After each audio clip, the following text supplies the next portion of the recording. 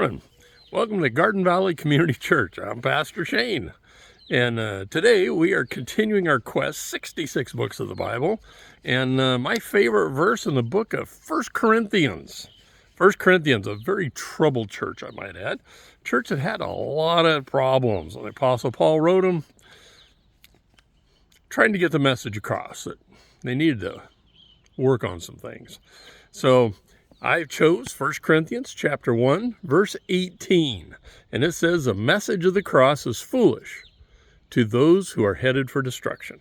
But for those who are being saved, know it is the very power of God. So the Apostle Paul, he's saying, listen, God is drawing a line right down the middle of humanity. There's only two responses. There's foolish, and then there's the power of God. There's just no other place to be. You could either say the cross of Christ is foolish or the cross of Christ is the very power of God. No neutral ground. The unbelievers, the cross is foolish. It's very exclusive. It's too simple. It's very bloody. It's very humble. You can keep going.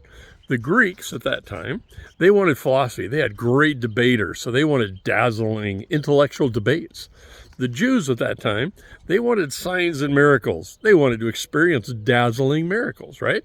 They wanted a sign. They thought that was where the power was. The Corinthians of that time, they wanted a prestige. They wanted a status of prestige. And God gave them a crucified Savior. The cross of Christ revealed their very hearts. And it failed to meet their expectations. What they were expecting and what they wanted was not what God provided. The cross exposed their pride, and the cross exposed their selfishness. The cross, it showed that they had a desire to save themselves to fulfill their own pride. The cross exposed their self-sufficiency.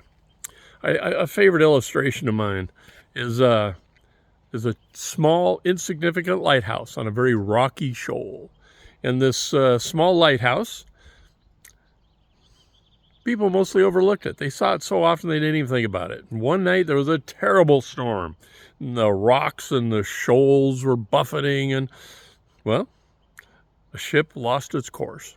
A ship passing by lost its bearings and was in great danger until it saw the light from that little lighthouse. And he was able to regain his bearings, and he was saved. And so that very, very simple illustration tells us, the world mocks Jesus. It mocks the cross because it doesn't meet their expectations. But when the storms of life hit, the cross becomes the only light strong enough to guide us safely home. The cross of Christ is the wisdom of God. The cross of Christ is the power of God. The cross of Jesus is the love of God. The cross is the hope of God. The cross of Jesus is the very center of our Christian life. And don't get this last part. The cross of Christ is level at the foot. That's a very famous old Christian saying. The ground at the foot of the cross is level. So my friends, the things that all the turmoil and the anxiety of our world today and all the issues and struggles, the one thing that you know is when you come and kneel at the foot of the cross, it's level. God meets every single person equally. So my friends, love you. Hope to see you at church tomorrow. God bless you. Hope you have a good day.